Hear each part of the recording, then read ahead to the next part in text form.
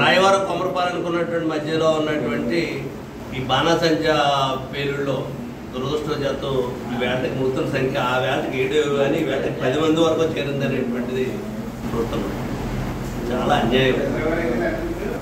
ఏది ఏమైనప్పటికీ హడావుడిగా హోంమంత్రి గారు కానీ ఉన్నటువంటి ఎమ్మెల్యేలు కానీ వాళ్ళందరూ వెళ్ళి చాలా హడావుడి హంగామా చేశారు. మీరు ఏం చేసినా పర్వాలేదు, ఆ చనిపోయినటువంటి కుటుంబాలను ఆదుకోవాలనేటువంటి బాధ్యత ఉందనేటువంటిది మీకు ఒకసారి గుర్తు చేస్తున్నాం.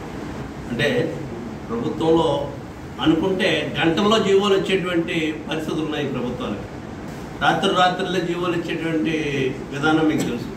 అటువంటిది 10 మంది చనిపోయినటువంటి ఆ కుటుంబాలని ఆదుకోవడం అనేటువంటిది మీ బాధ్యత అనేటువంటిది మనం చెబుతున్నాం.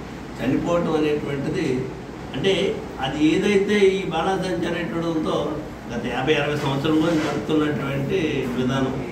అయితే దీంట్లో నా సూచన ఏంటంటే మొన్న కూడా చెప్పాను, ఈ బాణాసంచాలు నడుపుతున్నటువంటి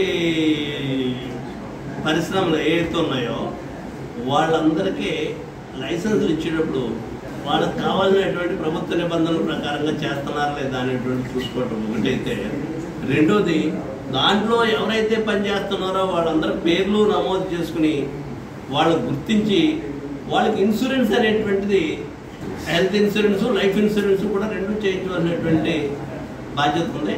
అవి అవి నడిపేటువంటి వాళ్ళ బాధ్యత అనేటువంటిది ఒకటైతే, ఆ బాధ్యతలో నిర్వహించేటువంటి విధంగా అధికారులు చర్యలు తీసుకోవాలి. ఎప్పటికప్పుడు దాన్ని తనిఖీలు చేస్తూ నిబంధనల ప్రకారంగా అవి ఉన్నాయో లేదో అనేటువంటి చూసుకోవటం. జరగకూడనేటువంటి జరిగితే ఒక మనిషి ప్రాణం పోతే మనం చేయగలిగింది ఏముండదు. కానీ వెళ్ళి ఏదో సానుభూతి మాట చెప్పి కంటే వాళ్ళ కుటుంబాలను ఆదుకునేటువంటి విధానం చేస్తే చనిపోయిన వాళ్ళు ఎలాగా తీసుకురాలేము. ఆ చనిపోయినటువంటి కుటుంబాలని ఆ వెనకాల ఉన్నటువంటి వాళ్ళని ఆదుకునేటువంటి విధంగా ఆర్థిక సహాయం చేయాలని చెప్పేసి ఈ ప్రభుత్వానికి మేము మనం చేస్తాం.